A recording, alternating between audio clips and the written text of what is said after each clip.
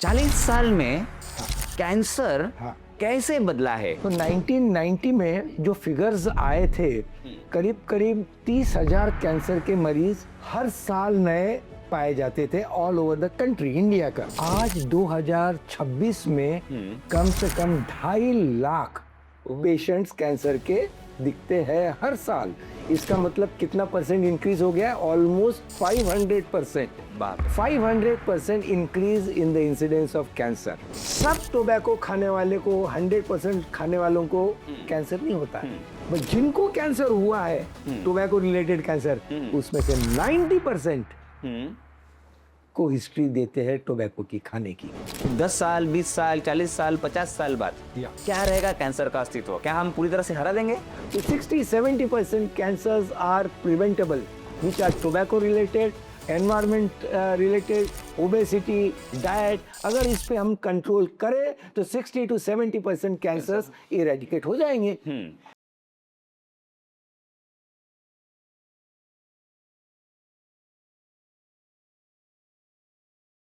नमस्ते, मैं अमर और आप सभी का स्वागत है पॉडकास्ट में, जहां हम डिस्कस करने वाले हैं कैंसर्स के बारे में, कैंसर्स को हराने के बारे में। और इसी पॉडकास्ट में हमारे साथ थे एससीजी कैंसर हॉस्पिटल नागपुर के सर्जिकल ऑन्कोलॉजी डिपार्टमेंट के director and the senior surgical oncologist यानी senior cancer surgeon doctor Ajay Mehta, जिन्होंने 40 साल में हजारों लोगों की कैंसर सर्जरी की और उनको कैंसर से बचाया है।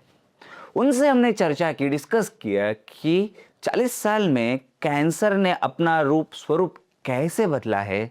हमने चर्चा की कि और कौन से घटक है जो बेसिकली कैंसर को ट्रिगर करते हैं और क्या कैंसर से हम बच सकते हैं, और साथ ही कैंसर ट्रीटमेंट का फ्यूचर क्या होगा, इसके बारे में भी हमने जाना है। आइए शुरू करते हैं पॉडकास्ट को। A podcast with doctor Ajay Mehta sir. Sir नमस्ते। नमस्ते। कैसे हैं सर आप? एकदम बढ़िया। तो सर आज आप सबसे पहले तो आपका स्वागत है पॉडकास्ट में। Yes, thank you. Great. 40 years का एक्सपीरियंस, एक्सक्लूसिवली आप कैंसर को हरा रहे हैं पिछले 40 सालों से, हजारों लोगों की आपने जान बचाई है। एम आई राइट सर? Yes, absolutely. तो सर अभी आपका ये 40 साल का एक्सपीरियंस, हमें जानना है कि how we can defeat cancer. आज का हमारा पॉडकास्ट ये है कि yes we can defeat cancer. Definitely, that's a very good initiative and we will work on it. Yes. Perfect. Yeah. So जैसे 40 इयर्स का आपका sir as a cancer surgeon experience है, 40 साल में आपने कैंसर देखा है। Yeah. एक नोट ये सवाल स्टार्ट करने से पहले एक ऑब्जर्वेशन बताना चाहूँगा। 40 साल पहले उस जमाने में 150 लोगों के बीच में एक आध फैमिली होती थी जो कैंसर से परिचित थी, उनके घर में किसी को शायद कैंसर था। Correct. आज हर व्यक्ति एक ऐसे व्यक्ति को पहचानता है जिसे कैंसर हुआ है या कैंसर के कारण उनकी मृत्यु हुई है। Correct. 40 साल में हाँ. कैंसर हाँ. कैसे बदला है? Yes. आप क्या देखते हैं इस 40 साल के कैंसर के जर्नी को? करेक्ट। अब मैं अगर ये बताना चाहूँ कि मैं 1987 से प्रैक्टिस कर रहा हूँ कैंसर का नागपुर में। तो 1990 में जो फिगर्स आए थे, करीब करीब 30,000 कैंसर के मरीज हर साल नए पाए जाते थे all over the country, India का। All over the country. All over the country 30,000। आज 2026 में कम से कम 2.5 लाख पेशेंट्स कैंसर के दिखते हैं हर साल। इसका मतलब कितना परसेंट इंक्रीज हो गया? ऑलमोस्ट 500%। बाप। 500% increase in the incidence of cancer in last 40 years. 30-40 years। तो इसका मतलब क्या हुआ? इसका मतलब क्या है कि एक तो डिटेक्शन हो रहा है, कैंसर का डिटेक्शन भी हो रहा है, और पॉपुलेशन भी बढ़ रही है, एज भी लिमिट बढ़ रही है, लॉन्जिविटी बढ़ रही है। जैसे एज बढ़ते जाती है वैसे इंसिडेंस ऑफ कैंसर ऑल्सो बढ़ता है। जैसा for example at the age of 30 incidence of cancer 1 in 2,500। Okay. At the age of 40 1 in 1,500। At the age of 60 1 in 200। At the age of 80 1 in 10। Oh. तो जैसी as बढ़ते जाएगी वैसा incidence भी cancer का बढ़ते जाएगा। वो हो रहा है। आज की स्थिति ऐसी है कि 1 in 9 याद रखिए 1 in 9 person will have cancer or is exposed to get cancer in his lifetime. O 1 in 9. 1 in 9 1 in 9. तो ये कैंसर का बर्डन आज इंडिया में है. ऑन एन एवरेज आज अगर हम देखेंगे तो 35 लाख कैंसर पेशेंट्स आज इंडिया में हैं. अरे और हर साल 15 से 16 लाख नए कैंसर पेशेंट्स आ रहे हैं. 15 से 16 लाख नए कैंसर सारे. Yes yes yes. बाप रे. सबसे दर्दनाक बात क्या है? 60 to 70% जो हम कैंसर पेशेंट्स देख रहे हैं आज वो स्टेज 3 और स्टेज 4 में देख रहे हैं. ओ तो ये जो प्रोग्रेस जो तुम हम बात कर रहे हैं, हम डायग्नोस तो कर रहे हैं पर डायग्नोसिस हमारा काफी लेट हो रहा है. 60-70% स्टेज 3 और स्टेज 4. अब यही अगर हम देखते हैं तो डेवलप्ड कंट्री और डेवलपिंग कंट्री में क्या फर्क है? आज हम हिंदुस्तान को कहते हैं कि हम डेवलपिंग है. डेवलप्ड कंट्री जैसे यूएसए में अगर हम देखेंगे तो 90 to 95% कैंसर्स स्टेज 1 या स्टेज 0 में देखते हैं. ओह. अब आपको पता है कैंसर के कितने स्टेजेस हैं? 4 स्टेजेस हैं. लेकिन एक स्टेज 0 आपने एक बताया. 0 भी है, वही मैं बताना चाहता हूँ. स्टेज 1, स्टेज 2, स्टेज 3, स्टेज 4 हर एक को पता है. डेवलप्ड कंट्रीज में आज कैंसर 0 में पाया जाता है. अब कैंसर 0 का क्या मतलब है? पेशेंट को कोई तकलीफ नहीं है. पेशेंट अपने जनरल एग्जामिनेशन के लिए डॉक्टर के पास जाता है और उस वक्त अगर हम कैंसर डिटेक्ट करते हैं तो उसे हम बोलते हैं स्टेज 0. एक एग्जाम्पल मैं बताना चाहता हूँ स्टेज 0 का. स्टेज 0 का. फॉर एग्जाम्पल एक स्त्री लेडी 40 साल की जा रही है डॉक्टर के पास अपने जनरल चेकअप के लिए और डॉक्टर ने चेक किया, एग्जामिन किया, उसे कुछ नहीं दिख रहा है.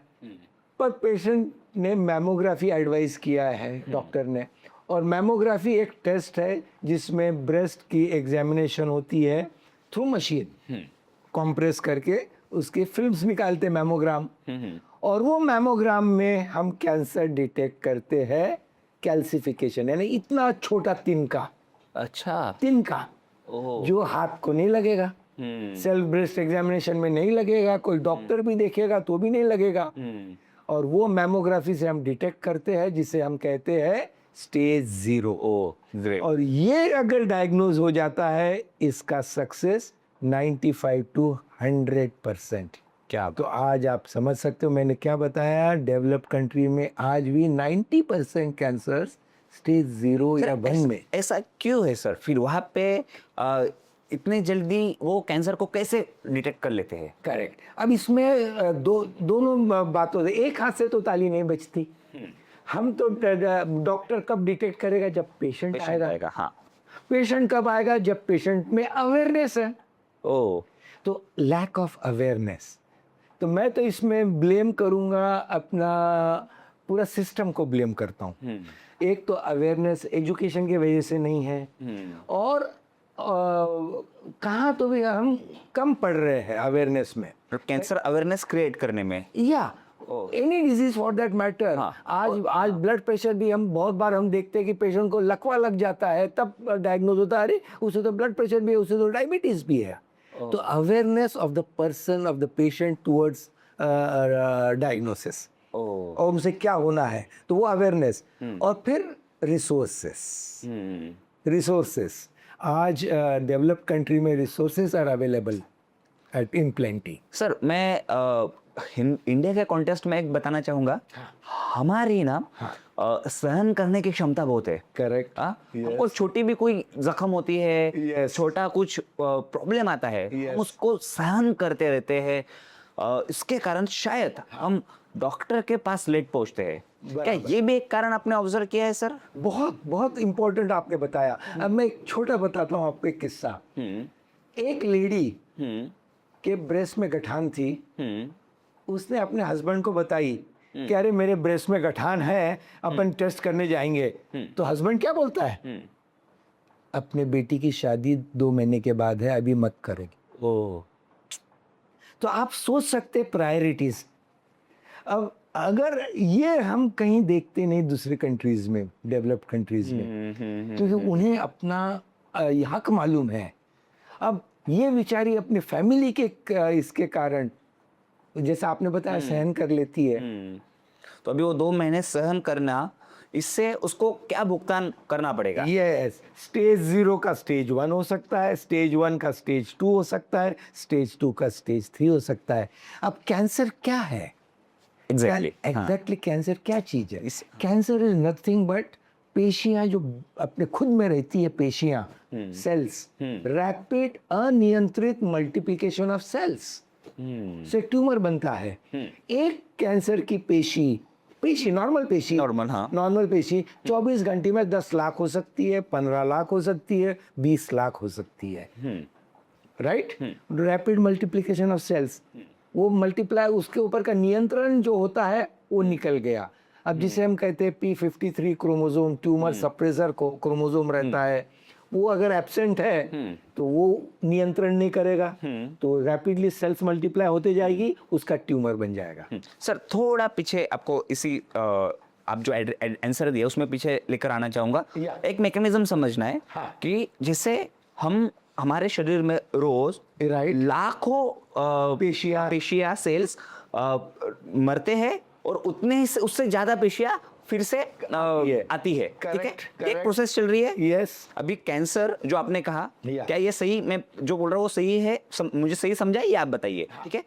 तो इसका जो नियंत्रण है, करेक्ट, वो छूट जाता है, शरीर का नियंत्रण। अभी वो नियंत्रण कौन करता है सर फिर? वही तो बोल रहा हूँ, एक ट्यूमर सप्रेसर जीन हमने आइडेंटिफाई कर लिया। अच्छा, ओके। तो साइंस ने आइडेंटिफाई किया कि जो कैंसर को, जिस पेशेंट को कैंसर होता है, उसमें ट्यूमर सप्रेसर जीन एब्सेंट रहती।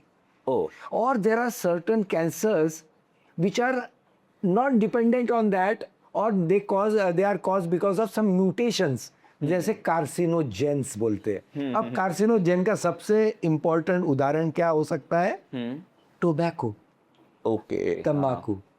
अब टोबैको एक इतना जबरदस्त कार्सिनोजेन है जिसमें 70 से 80 कार्सिनोजेंस है। बेंजीन है, टार है, टॉक्सिक फिनॉल्स है, इतने ड्रग्स है, इतने कार्सिनोजेंस है कि जिसकी वजह से कैंसर हो सकता है। ये सिद्ध हो चुका है।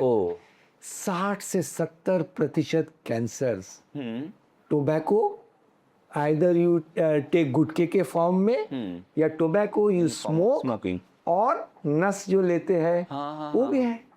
तो tobacco in any form is responsible for 60 to 70% of the cancers. और बाकी की भी डिजीजेज है, blood pressure, diabetes, lung problems, heart diseases, सब टोबैको। तो अगर टोबैको, आपने जो बोला कि हम कैंसर प्रिवेंट कर सकते हैं क्या, टोबैको मत खाओ, टोबैको का सेवन मत करो, तो ऑलमोस्ट 50-60% दुनिया तक कैंसर खत्म हो जाएगा। पर इसका मतलब ये नहीं है, बहुत से कैंसर ऐसे भी है जो टोबैको के वजह से नहीं है, जो स्पॉन्टेनियस आ सकते हैं, जिसे हम कहते हैं म्यूटेशंस। ओके सर, ये टोबैको वाला क्वेश्चन में अभी हम जैसे आपने भी कभी एक्सपीरियंस किया होगा, जो टोबैको कंज्यूम करता है, हम उनको कहे कि भैया टोबैको मत खाओ, तो वो बोलता है कि मैं तो पिछले 50 सालों से खा रहा हूँ, मुझे तो कुछ नहीं हुआ। और दूसरा जो 2-3 साल 4 साल खा रहा है, उसको इमीडिएटली कैंसर ने पकड़ लिया। चलो, ये क्यों सर फिर ऐसा? इसका आंसर मैं देता हूँ अभी आपको। अब हमने यानी साइंस ने ये देख लिया है, सब टोबैको खाने वाले को, 100% खाने वालों को कैंसर नहीं होता है। बट जिनको कैंसर हुआ है, टोबैको रिलेटेड कैंसर, उसमें से 90% को हिस्ट्री देते हैं टोबैको की खाने की, या टोबैको स्मोक करने की। एनवायरमेंटल भी फैक्टर्स है। अभी फॉर एग्जांपल मैंने बताया कि पोल्यूशन होता है, पोल्यूशन, माइंस में काम करने वाले, उसको कोल माइंस में काम करने वाले, एस्बेस्टॉस फैक्ट्री में काम कर, सीमेंट फैक्ट्री में काम करने वालों को एस्बेस्टॉस की डस्ट होता है। या ट्रक, आज आपको पता है ट्रक का एग्जॉस्ट अगर आपने एक लंबी सांस ले ली, it is equivalent to 30-40 cigarettes. अरे बाप रे।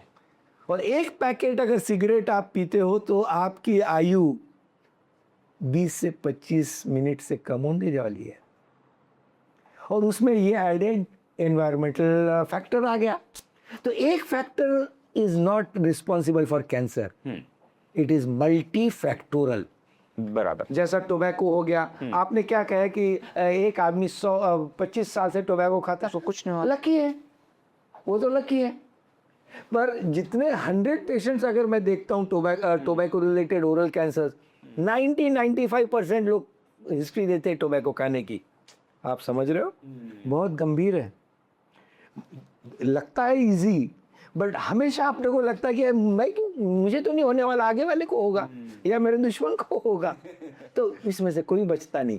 कैंसर किसी को बख्श नहीं करता, छोटा बच्चा या उम्र में 80 साल का भी। अब जैसा छोटे बच्चों का कैंसर अगर हम देखें, सर इसमें यही मैं सवाल पूछने वाला था। अभी आपने जब छोटा बच्चा कहा, हाँ। 40 साल पहले क्या छोटे बच्चों में अपने कैंसर ऑब्जर्व किया है? Yes. होते थे तब। हाँ। और उसमें क्या बढ़ोतरी हुई है पिछले 40 सालों में? करेक्ट। अभी फॉर एग्जांपल छोटे बच्चों का जो कैंसर है, majority of the time is not related to tobacco और अल्कोहल या environment, they are related to genetic changes, genes में से। जैसे ब्लड कैंसर, ल्यूकीमिया। आज 50,000 कैंसर पेशेंट्स बच्चों के जिनको ल्यूकीमिया या ब्लड कैंसर होता है, 50%। और बाकी के 50,000 cancer patients per year India में, जो बच्चों का जिनका बच्चों के कैंसर है। और जो ल्यूकीमियाज या ब्लड कैंसर, बाकी के होते हैं उनमें ट्यूमर्स, ब्रेन ट्यूमर्स हो सकता है या गठानों के लिम्फोमाज। तो ये कोई इसके वजह से नहीं होते टोबैको या कार्सिनोजन, ये जीन्स में चेंजेस आते। अभी इसका मैं एक उदाहरण आपको दे सकता हूँ। कैंसर छूत की बीमारी है। मैं तो 50-40 साल से कैंसर को ठीक कर रहा हूँ। मैं तो रोज कैंसर के पेशेंट्स को हाथ लगाता हूँ, मुझे कैंसर नहीं हुआ। तो कैंसर ये छूत की बीमारी नहीं है, ये तो इसके वजह से होते। फिर बहुत लोग पूछते कि सर ये जेनेटिक है क्या? हाँ, आज बहुत से डिजीजेस का हमको जेनेटिक ओरिजिन पता चल गया है। जैसे ब्लड प्रेशर हो गया, आज डायबिटीज़ है, फादर मदर को डायबिटीज़ है तो बच्चों को डायबिटीज़ होने की चांसेस बहुत ज़्यादा है।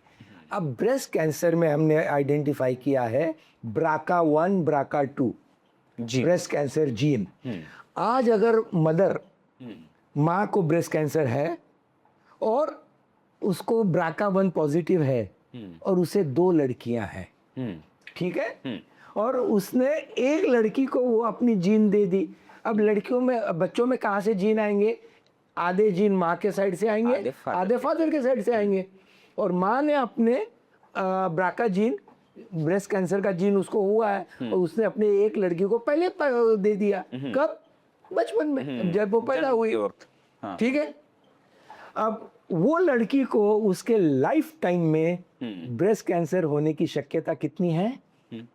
55 to 85%। ये सिद्ध हो चुका है।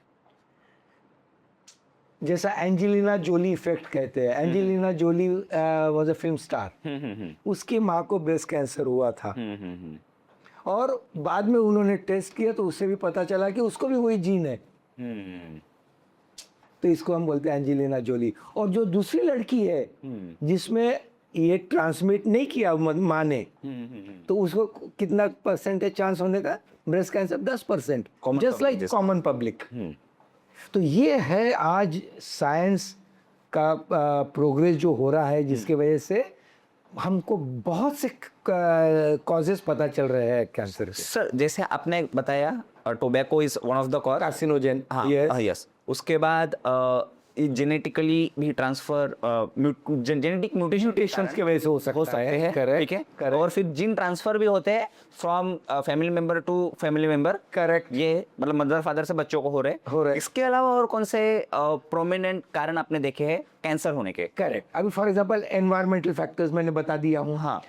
डायटरी, ओबेसिटी एक बहुत इंपॉर्टेंट डिजीज है जिससे ब्लड प्रेशर होता है, हार्ट डिजीज हो सकती, कैंसर। ओह पोस्ट मेनोपॉजल ओबेसिटी यानी मेनोपॉज माहवारी जब खत्म हो जाती है उसके बाद का जो मोटापा आता है, ब्रेस्ट कैंसर की रिस्क तुरंत बढ़ जाती है। ओबेसिटी। देन लाइफस्टाइल, फूड, खाना पीना, हाई रफेज डाइट नहीं खाते आजकल, प्रोसेस्ड फूड खाते हैं, तो कोलोन कैंसर का रिस्क बढ़ जाता है।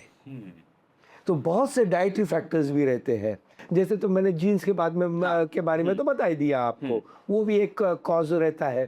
सर अभी आपने ये जो रीजन बताया, इसमें मैं आपको एक एग्जांपल देना चाहूंगा। वो यहाँ पे किस कारण से कैंसर हुआ है ये आप बता सकते हो। जैसे आपने तो एड्रेस किया है, लेकिन मैं आपको कंडीशन रखना चाहता हूँ। बताइए। क्योंकि एक महिला मुझे मिली थी, मैं डॉक्यूमेंट्री कर रहा था कैंसर रिलेटेड, और उसका एक कहना था कि ये मुझे ही क्यों हुआ। वो कहते वक्त शायद आपके ओपीडी में भी कभी इस तरह का एक्सपीरियंस हुआ होगा कि मैंने ना टोबैको खाया, ना मैंने कभी ऐसा चीज किया कि जिसके कारण कैंसर हो सकता है। ये पाप ये वर्ड यूज किया उसने, ये मेरे ही पीछे क्यों हुआ। ऐसा क्या पाप मैंने किया था, तो क्या होगा उसके साथ। वही मतलब mutations mutations that is the only answer science can tell us. लेकिन उस मतलब जब आपने जैसे कहा ना, मैंने उनको पूछा था कि आपके फैमिली में किसी को है, उसको नहीं था। नहीं, नॉट नेसेसरी। कहीं न कहीं तो शुरुआत होगी। अब अंडा पहले या मुर्गी पहले, ये बताना बहुत मुश्किल है। सेम थिंग कैंसर में कहीं ना कहीं से तो शुरुआत होगी। तो वो उस महिला से शुरू वो म्यूटेशन, स्पॉन्टेनियस म्यूटेशंस आ जाते हैं पेशेंट में। जैसे ब्रेस्ट कैंसर में मैं बताया, या प्रोस्टेट कैंसर, या लंग कैंसर, या कैंसर ऑफ पैंक्रियाज, कहीं ना कहीं शुरुआत हो जाती है म्यूटेशंस। फिर उनके बच्चों में होने के चांसेस बढ़ जाते हैं, उनके बच्चों में होने के चांसेस बढ़ जाते हैं। तो ये म्यूटेशंस होते हैं। अगर कार्सिनोजेन नहीं है तो ये म्यूटेशंस है। देखो एक बात तो आपको समझना है, सबसे इम्पोर्टेंट सत्य है मृत्यु। मृत्यु तो किसी कारणवश तो होनी है। तो जैसा हम बोलते कोई डिजीज क्यों होती है, तो हमेशा मैं तो हमेशा लोगों को वही बोलता, don't blame yourself, face it. आज अगर होता है तो हम उसे अर्ली डिटेक्ट करके हम अच्छी क्वालिटी ऑफ लाइफ दे सकते हैं। आज हम ये नहीं कहते कि हम कैंसर को 100% क्योर कर दे। आज हम डायबिटीज़ को नहीं क्योर कर सकते, हम आप क्वालिटी ऑफ लाइफ बढ़ा सकते हैं। आज हम ब्लड प्रेशर को क्योर नहीं कर सकते, उम्र भर तक का खाना पड़ता। हार्ट डिजीज़ को क्योर नहीं करते, कैंसर को तो हम बहुत अच्छे से ट्रीट कर सकते। 3 महीने 4 महीने में हम क्योर कर सकते, बट फॉलो अप करना बहुत ज़रूरी रहता है। उसको फॉलो अप करना बहुत ज़रूरी है। बराबर सर, उस फॉलोअप के साइड में मैं आऊँगा। ओवरऑल कैंसर के बारे में पता चला। मैं कैंसर के एनवायरमेंटल फैक्टर आपने जो बताए, उसमें से एक चीज़ मैं वायरल न्यूज़ में हमेशा सुनता हूँ, वो आप मुझे अभी सबसे अच्छे डॉक्टर आप ही है कि उसको आप मिथ को बस्ट कर सकते हैं। करेक्ट। और कहाँ पे कार्सिनोजेनिक मैटर्स है। फॉर एग्जाम्पल, मुझे किसी ने कहा था कि कार में एंटर करने के बाद वहाँ पे जो प्लास्टिक है, वो धूप से एक्सपोज होता है, तो वहाँ पे कार्सिनोजेनिक केमिकल्स तैयार होते हैं। क्वाइट पॉसिबल हो सकते हैं। या फिर कुछ चाय की जो प्लास्टिक होती है, करेक्ट, वो मेल्ट होता है। हाँ, वो मेल्ट होता है, तो उससे भी होने की संभावनाएं होती है। ऐसे और कुछ है सर जो कॉमन पब्लिक को नहीं पता। इसको माइक्रोप्लास्टिक्स बोलते हैं। हाँ। और अभी जैसा किसी ने अभी बताया कि भाई वायरसेस से हो सकता, क्या वायरस से भी हो सकता है। जैसे for example human papilloma virus से सर्वाइकल कैंसर यानी गर्भाशय के मुख का कैंसर, जिसे हम कहते हैं सर्वाइकल कैंसर, लेडीज में नंबर 2 कैंसर है। नंबर 1 कैंसर ब्रेस्ट कैंसर है, नंबर 2 सर्वाइकल कैंसर। तो ये सर्वाइकल कैंसर ये वायरस के कारण होता है, ह्यूमन पैपिलोमा वायरस। बहुत से ओरल कैंसर्स भी रहते हैं, कुछ ह्यूमन पैपिलोमा वायरस के कारण होते हैं। सेकंड रहता है स्टमक कैंसर, एक H पाइलोरी नाम का वायरस रहता है, उसके वजह से भी इन्फेक्शन, नॉट वायरस, इन्फेक्शन रहता है, बैक्टीरिया, उसके वजह से भी हो सकता है। तीसरा एक रहता है हेपेटाइटिस बी, जॉन्डिस जो होता है, जिससे लिवर कैंसर हो सकता है। तो वायरल लोड इन्फेक्शन से भी कैंसर्स हो सकते हैं। और ये जो कैंसर्स है ये प्रिवेंटेबल कैंसर्स में आता है। अब इसका सबसे इंपॉर्टेंट उदाहरण क्या है, आज सर्वाइकल वैक्सीन, बहुत से लोग हमको पूछते हैं कि कैंसर की वैक्सीन निकली है क्या। जैसे स्मॉल पॉक्स वैक्सीन से इरेडिकेट हो गया, पोलियो के लिए आ गया है ड्रॉप्स, तो कैंसर के लिए वैक्सीन आ गई। जनरल नहीं आई है, बट से सर्वाइकल कैंसर के लिए आ गई है। ये अभी बहुत अच्छा एक उपक्रम गवर्नमेंट ने लिया है इंडिया में। हर लड़की को 14 साल की उम्र में ये अगर वैक्सीन लग जाती है तो उसको 95 से 100% चांस है कि एचपीवी नहीं होगा। तो ये कैंसर से प्रिवेंट हो सकती है वो। तो ये एक बहुत अभी कम से कम 1.2 to 1.5 crore per year is the target 14 साल के अंदर। तो ये वैक्सीन आ गई है। वैसे हेपेटाइटिस बी की वैक्सीन आ गई है। तो बहुत से कैंसर एच पाइलोरी का ट्रीटमेंट आ गया है। तो ये हम प्रिवेंटेबल कैंसर्स में हम गिन सकते हैं इनसे। ओके सर, अभी इन एक समझ गया हमें कैंसर क्या है, ये समझ गया। उसके बाद उसके कॉजेस क्या है इसके बारे में हमने डिस्कस किया। Correct. Very quick common public मैं हूँ, मैं रोज सुबह घर से निकलता हूँ टिफिन लेके, ऑफिस जाता हूँ, वापस घर आता हूँ, ठीक है। मैं शायद हम में से कुछ लोग टोबैको कंज्यूम भी कर रहे हैं, हम में से कुछ लोग और रिस्क फैक्टर्स को एक्सपोज हो रहे हैं, ठीक है। करेक्ट। बीइंग कॉमन मैन, मैंने क्या ऑब्जर्व करना चाहिए कि मैं स्टेज 0 में कैंसर पकड़ सकूं? यस। इवन अगर स्टेज 0 ना हो तो स्टेज 1 में एटलीस्ट मैं पकड़ सकूं। करेक्ट। तो देखो, एक तो हम जब पेशेंट आता है जनरल चेकअप के लिए आता है तो हम तो यही एडवाइस, अभी फॉर एग्जांपल हर लेडी ने 25 साल के बाद, मैंने क्या बताया, 60% of the cancers in women are related breast, cervical cancers और ओवरी कैंसर का रहता है 60%। तो ब्रेस्ट कैंसर तो ऑलमोस्ट 30% है। तो ये स्क्रीनिंग करने से पता चल जाता है। Screening is very important. Screening, तो स्क्रीनिंग में अर्ली डिटेक्शन होता है। अभी ब्रेस्ट कैंसर हम कम से कम 5 साल पहले डिटेक्ट कर सकते हैं। सेम थिंग पैप स्मीयर, 25 साल के बाद अगर लेडी ने अपना पैप स्मीयर साल में एक बार की या 2 साल में एक बार की, वो डिटेक्ट, फिर हम हाई रिस्क ग्रुप में भी जाते हैं। तो सर्वाइकल कैंसर हम 3 साल 4 साल 5 साल पहले डिटेक्ट कर सकते हैं। अब स्मोकर, जो हेवी स्मोकर है, जो 30-40 सिगरेट पीता है रोज के, इतना पीते हैं लोग पीते हैं। अरे बाप रे। तो जिसे हम कहते हैं हाई रिस्क ग्रुप, साल में एक बार लो डोज सीटी स्कैन कर सकता है, या लो डोज, उससे कोई तकलीफ नहीं होती, कोई रिस्क नहीं है, तो अर्ली डिटेक्शन ऑफ कैंसर हो सकता है। फिर अगर फैमिली हिस्ट्री है कोलोन कैंसर की, अगर आपके दादा में है, उनके भाइयों में कैंसर की है, तो आप स्क्रीनिंग कर सकते हैं। ऑकल्ट स्टूल टेस्ट बोलते हैं जिसे, या फिर कोलोनोस्कोपी कर सकते हैं। अगर प्रोस्टेट कैंसर की हिस्ट्री है फादर में या चाचा में, और आप 50 और 60 साल के बीच में हो, तो पीएसए टेस्ट साली टेस्ट है जिसे हम स्क्रीनिंग पीएसए करते हैं, साल में एक बार कर लीजिए। क्या नाम है उसका सर? पीएसए मतलब प्रोस्टेट स्पेसिफिक एंटीजन। ओके, हाँ, जो प्रोस्टेट कैंसर में पाया जाता है। आपके फैमिली में स्ट्रॉन्ग फैमिली हिस्ट्री है, आपकी एज 60-65 है, आपको थोड़े से सिम्टम्स है पेशाब के, तो आप साल में एक बार अगर ये स्क्रीनिंग टेस्ट करेंगे तो हम अर्ली डिटेक्ट कर सकते हैं। तो early detection is the Mantra.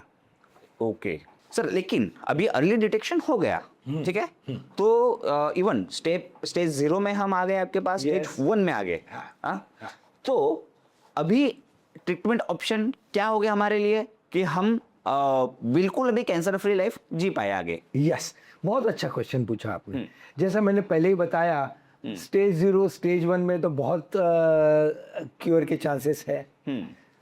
Solid tumours जैसे ब्रेस्ट कैंसर हो गया, लंग कैंसर हो गया, इसोफेगस कैंसर, इसमें सबसे important is surgery. Okay, surgery. Unfortunately क्या होता है, मैंने आपको पहले बताया, 30 ऑलमोस्ट 50-60% हम स्टेज 3 और स्टेज 4 में देखते, तो सर्जरी आउट, तो हम सर्जरी नहीं कर पाते। तो आज डेवलपमेंट बहुत अच्छा हो चुका है जिसे हम न्यू एडजुवेंट ट्रीटमेंट कहते हैं। न्यू एडजुवेंट का मतलब सर्जरी के पहले हम कीमोथेरेपी, इम्यूनोथेरेपी या रेडिएशन दे के ट्यूमर को छोटा करेंगे और उसे ऑपरेट कर सकते हैं। ओ हमारा बेसिक एम क्या है? सर्जरी में हमारा बेसिक एम रहता है कम से कम सर्जरी करे, जिसको हम कहते हैं organ preserving surgery. Breast cancer में आपने पूछा कि भाई इतने सालों में आपने क्या देखा? पहले मैं पूरी ब्रेस्ट निकाल देता था। आज इतना साइंस डेवलप हुआ तो मैं पूरी ब्रेस्ट निकालने की जरूरत नहीं है। मैं कैंसर अगर अर्ली स्टेज में डिटेक्ट करता हूँ तो पूरा स्तन में बचा सकता हूँ। लेडी का पूरा फिगर बच जाता है। ऑर्गन पूरा, अगर मुझे हाथ का कैंसर होगा तो पूरा लिम्फ काटने की जरूरत नहीं, उसे उतना ट्यूमर निकाल सकता हूँ। तो ये डेवलपमेंट आज काफी हुआ बिकॉज कीमोथेरेपी आ गई है, रेडिएशन बहुत अच्छा आ गया है, इम्यूनोथेरेपी आ गई है, जिससे हम कैंसर को पहले ऑपरेट करने के स्टेज में ला सकते हैं और ऑर्गन प्रिजर्विंग सर्जरी कर सकते हैं। क्या बात है। ये डेवलपमेंट आज बहुत हो चुका है। और साइड इफेक्ट जो पेशेंट्स को हमेशा रहता है कि भाई कीमोथेरेपी देने से मेरे बाल झड़ जाएंगे, मेरे ये तकलीफ होगी, नौशिया वॉमिटिंग तक ये हो जाएगा। पर आज इतनी अच्छी ड्रग्स आ गए कि हम टारगेटेड कीमोथेरेपी देते हैं। इसका मतलब क्या है? हमारी दवाइयाँ सिर्फ कैंसर सेल्स पे जाके काम करती है। इसको मोनोक्लोनल एंटीबॉडीज बोलते हैं, या बहुत से अलग अलग टर्म्स हम यूज करते हैं, जिससे ये जो दवाइयाँ सिर्फ कैंसर की पेशियों पे काम करती है। तो जो बाल झड़ते थे या खून कम हो जाता था, आरबीसीज डब्ल्यूबीसीज, उस पे काम नहीं करता ये। तो कोई तकलीफ नहीं होती, पेशेंट दवाइयाँ घर पे लेता है। ओरल ड्रग्स भी आ गए। आज आपने लंग कैंसर सुने हैं? हाँ। 15-20 साल पहले लंग कैंसर का स्टेज 4 का पेशेंट 6 महीने के ऊपर जिंदा नहीं रहता था।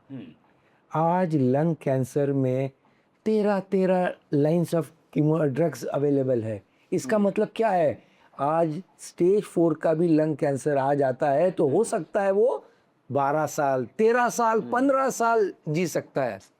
तो ये हमने साइंस में प्रोग्रेस पाया है। क्या बात, क्या सर। हाँ अभी सर, इसमें अभी आपने जैसे बताया कि कीमो की भी जरूरत है, ठीक है, सर्जरी की भी जरूरत होती है, और रेडिएशंस की भी जरूरत होती है। अभी सर फिर जैसे हमारा एससीजी कैंसर सेंटर है, हॉस्पिटल है, हाँ, जहाँ पे सब लोग एक ही रूफ के अंडर मिलते हैं। करेक्ट। आई गेस शायद 40 साल पहले ऐसा नहीं था। बिल्कुल नहीं था। तो इसका इंपॉर्टेंस सर आप बता पाएंगे कि फिर ऐसे कॉम्प्रिहेंसिव सेंटर की, कॉम्प्रिहेंसिव हॉस्पिटल की क्या बेनिफिट्स है? यस, बहुत इंपॉर्टेंट क्वेश्चन आपने पूछा। देखो, कैंसर का ट्रीटमेंट एक इंडिविजुअल नहीं करता। सर्जन करेगा, कीमोथेरेपिस्ट करेगा, मेडिकल ऑन्कोलॉजिस्ट करेगा, रेडिएशन ऑन्कोलॉजिस्ट करेगा, डायग्नोसिस के लिए पैथोलॉजिस्ट लगेगा, न्यूक्लियर मेडिसिन, पेट स्कैन के लिए हमको स्टेजिंग, कैंसर का स्टेजिंग कैसा होगा, न्यूक्लियर मेडिसिन लगेगा। फिर अगर मुझे मेरे पेशेंट को बोन मैरो ट्रांसप्लांट करना है तो बोन मैरो ट्रांसप्लांट के लिए हेमाटोलॉजिस्ट लगेगा। फिर ये ट्यूमर, ये डिसीजन कैसा कौन लेगा कि सर्जरी पहले करना, कीमोथेरेपी पहले करना, तो इसको हम बोलते हैं ट्यूमर बोर्ड। ओके, तो आज हमारे कॉम्प्रिहेंसिव कैंसर सेंटर होने के कारण सब डिसीजंस हम ट्यूमर बोर्ड में लेते हैं। एक इंडिविजुअल डिसीजन नहीं लेता, ये ट्यूमर बोर्ड में हर केस डिसाइड होती है, पेशेंट के बेनिफिट के लिए क्या बेस्ट करना चाहिए, जिसको हम कहते हैं EBM। EBM मतलब एविडेंस बेस्ड मेडिसिन। एविडेंस, आज दुनिया में एविडेंस है कि पहले कीमोथेरेपी दो, पेशेंट अच्छा जिएगा, तो हम सर्जरी नहीं करते। पहले कीमोथेरेपी देते, पहले इम्यूनोथेरेपी देते। ट्यूमर छोटा है भले ही, पर पहले ये देते, क्योंकि एविडेंस क्या है कि इसे कीमोथेरेपी देंगे तो ये पहले ज्यादा जिएगा। तो now today we practice evidence based medicine, जो 40 साल पहले मैं खुद नहीं करता था, क्योंकि ये फैसिलिटीज अवेलेबल नहीं थी। और ये भी एक रिसर्च हो चुका है कि ऐसे कॉम्प्रिहेंसिव सेंटर के results are always better than individual, because experience. आज फॉर एग्जांपल हम 600 सर्जरीज करते हैं, कॉम्प्लिकेटेड सर्जरीज एक साल में। हमारी पूरी टीम हमारे हॉस्पिटल में एक साल में 600 सर्जरीज करती है, इंडिविजुअल कर ही नहीं पाएगा। तो रिजल्ट सबसे अच्छे कहाँ होंगे? जहाँ पे मैक्सिमम सर्जरीज होगी, मैक्सिमम ट्रीटमेंट मोडालिटीज अवेलेबल है।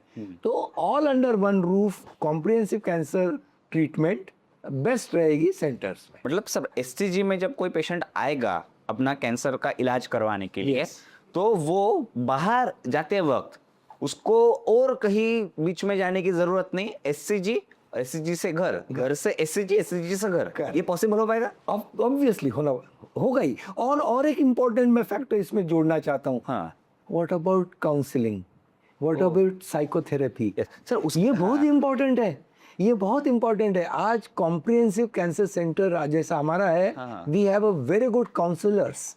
आज जब पेशेंट को डायग्नोसिस होता है तब आधे से ज़्यादा पेशेंट और उसके रिलेटिव्स नर्वस हो जाते हैं, स्ट्रेस में रहते हैं और वो सही ट्रीटमेंट नहीं ले पाते।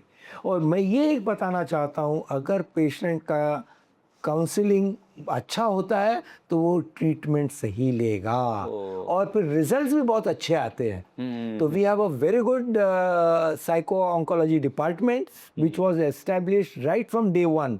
और मुझे ये बताने में बहुत खुशी होती है कि हमने इंटरनेशनल पेपर्स पब्लिश किए हैं इस पे हमारे हॉस्पिटल में के थ्रू कि काउंसलिंग साइकोथेरेपी में क्या बेनिफिट्स है।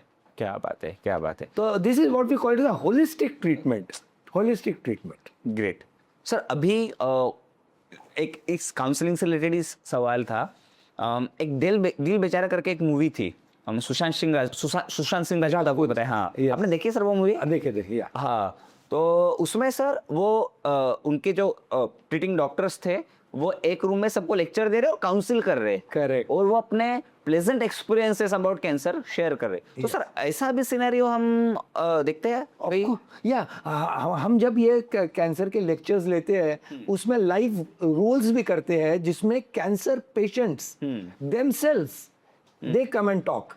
आज हाँ, ब्रेस्ट कैंसर के हमारे ऐसे ऑर्गेनाइजेशन है जिसमें they are headed by cancer patients. Oh हाँ, और कैंसर सर्वाइवल डे के ऊपर हम कैंसर पेशेंट्स को बुलाते हैं, वो अपना एक्सपीरियंस कैंसर पेशेंट्स को बताते हैं। और ये प्रोग्राम हमारे हॉस्पिटल में हर 15 दिन में या हर महीने होता है। इससे क्या मोटिवेशन मिलता है सर जो पेशेंट कैंसर ट्रीटमेंट स्टार्ट कर रहा है? यस, बहुत बड़ा मोटिवेशन है, बिलीव मी।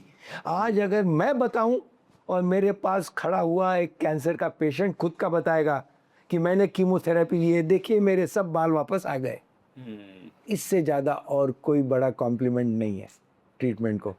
पेशेंट खुद खड़ा रह के बोलता है कि अरे देखो मेरे को रेडिएशन हो गया, अभी मेरा निगलना चालू हो गया, उससे ज़्यादा और बड़ा कोई सबूत नहीं है। क्या बात, क्या बात। तो बहुत इम्पोर्टेंट है ये सर अभी 40 सालों में, हाँ, 40 साल पहले ऐसी कोई ट्रीटमेंट या सर्जरी थी कि जो पॉसिबल नहीं थी तब, अभी पॉसिबल हो पाई? ऐसे तो बहुत सारे होंगे। बहुत है, बहुत अच्छा आपने किया। जैसे मैंने बताया साइंस, हर साइंस से प्रोग्रेस तो बहुत हुआ है। अब रोबोटिक सर्जरी जो है वो तो नहीं थी 15-20 साल पहले, रोबोटिक सर्जरी नहीं थी। आज रोबोट के द्वारा हम ऐसे ऐसे ट्यूमर्स तक पहुंच सकते हैं जहां उंगलियां जा नहीं सकती।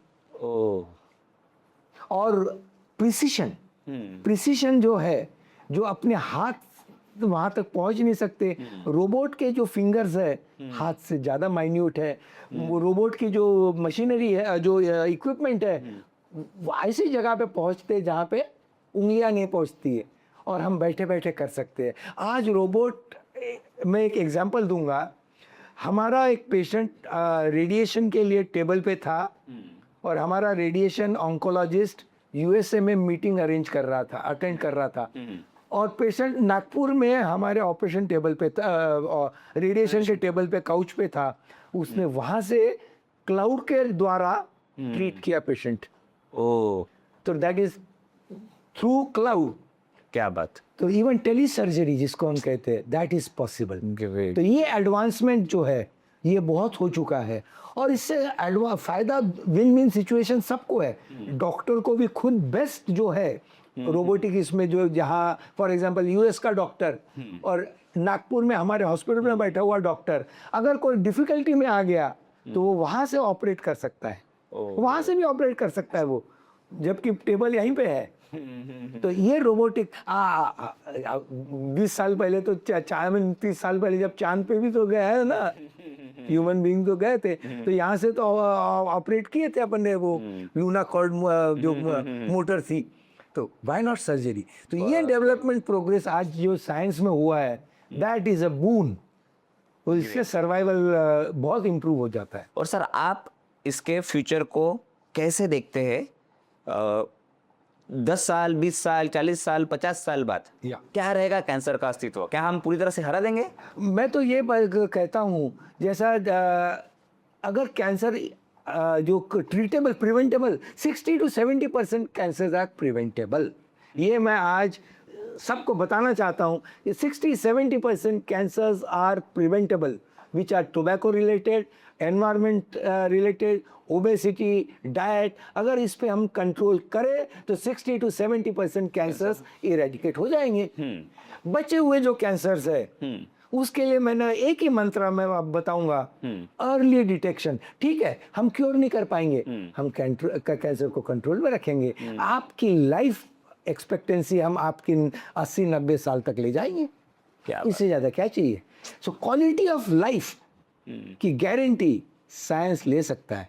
हम इमॉर्टलिटी की नहीं लेंगे, पर हम क्वालिटी ऑफ लाइफ हम सुधार देंगे। क्या बात। तो ये मैं फ्यूचर देखता हूँ, पर उसके लिए जैसा मैं हमेशा बोलता हूँ, ताली एक हाथ से नहीं बजती। इसके लिए अवेयरनेस बहुत इम्पॉर्टेंट है। इसके लिए क्योंकि अपने कैंसर को अर्ली स्टेज में डिटेक्ट करना है, जिसे हम कहते हैं कि कैच इट इन इन्फेंसी। अगर हम इन्फेंसी में छोटे अर्ली डिटेक्ट करेंगे तो हम क्योर कर सकते हैं। क्या बात है, क्या that should be the take home message. Great great. तो सर मतलब और प्रिसाइज लेकर टेक होम मैसेज हमें देना है पेशेंट्स को पहला, और इंस्पायर करना है टू फाइट अगेंस्ट कैंसर, तो आपका मैसेज क्या रहेगा? मेरा तो मैसेज यही है कि आप बुरी आदतों को, लतों को ये मत करिए। जैसे टोबैको को आप बिल्कुल टच छोड़ दीजिए। पैसिव स्मोकिंग, जैसे मैंने वो एक बताना भूल गया कि जैसे फॉर एग्जांपल आप बंद कमरे में एक आदमी सिगरेट पी रहा है, तो जो उसके सामने बैठा हुआ है सेम रिस्क है उसे कैंसर होने की। सेम रिस्क है। अगर ये 20 साल 25 साल उसके साथ है तो वो भी उसने कभी स्मोक नहीं किया, पर उसे कैंसर पहले हो सकता है। तो ये जो प्रिवेंटेबल कैंसर है वो तो तुम ये कर लीजिए। Then healthy diet, exercise is also very important. Healthy diet, obesity वो आप अवॉइड करिए, और पीस ऑफ माइंड। तो मेरा ख्याल है हेल्दी माइंड हमारे इसमें है। अगर आपका माइंड हेल्दी रहेगा तो आपकी बॉडी भी साउंड रहेगी। तो हेल्दी माइंड भी एक इम्पोर्टेंट बहुत इम्पोर्टेंट फैक्टर है कैंसर को प्रिवेंट करने के लिए। मैं ये नहीं कहता हूँ कि बहुत लोगों ने मुझे पूछा है कि डिप्रेशन से कैंसर होता है क्या। नहीं, डिप्रेशन से कैंसर इसके ऊपर काफ़ी रिसर्च हो चुका है, पर कैंसर के वजह से डिप्रेशन होता है। डिप्रेशन से कैंसर होता है ऐसा नहीं हुआ, ये सिद्ध नहीं हुआ है। बट बहुत बार क्या होता है, कैंसर होने के बाद जो डिप्रेशन आता है उससे कैंसर के रिजल्ट्स और ट्रीटमेंट में फर्क पड़ता है। इसीलिए पॉजिटिव रहना सीखो, बुरी आदतें छोड़ो, हेल्दी डाइट लाइफस्टाइल रखिए, और मेरा ख्याल है साइंस के ऊपर भी बहुत सी चीज़ें छोड़ दीजिए। Science will help you for long life, provided yes आप कोऑपरेट करिए और अपना चेकअप करिए। अकॉर्डिंग मैं तो बोलता हूँ आफ्टर द एज ऑफ 35-40 साल में एक बार तो आप चेकअप करिए। आपके बर्थडे पे करिए, उससे ज़्यादा आपको बहुत बड़ा गिफ्ट कोई नहीं दे सकता है। आपके बर्थडे के ऊपर आप चेकअप कर लीजिए। आपका जनरल बहुत से डिजीजेस पता चल जाती है, एक्सीडेंटली डिटेक्ट हो जाती है, जिसमें हम 0 स्टेज में कैंसर को डिटेक्ट कर सकते हैं। ग्रेट सर, बड़ा इंस्पिरेशनल कम्युनिकेशन था सर आपके साथ, और कम्युनिकेशन में बहुत मज़ा आया। मुझे लगता है हमारे ऑडियंस भी प्रिसाइजली अंडरस्टैंड, मतलब समझ गए होंगे कि कैंसर क्यों होता है, कैसे उसको प्रिवेंट करना है, और लास्ट में the role of positivity in cancer treatment, वो भी हम बहुत अच्छे से समझ गए। Thank you very much sir for being in podcast. जल्दी मिलेंगे सर और कुछ ऐसे ही पॉडकास्ट के साथ, लेकिन आज के पॉडकास्ट के लिए thank you very much. Thank you so much. Thank you.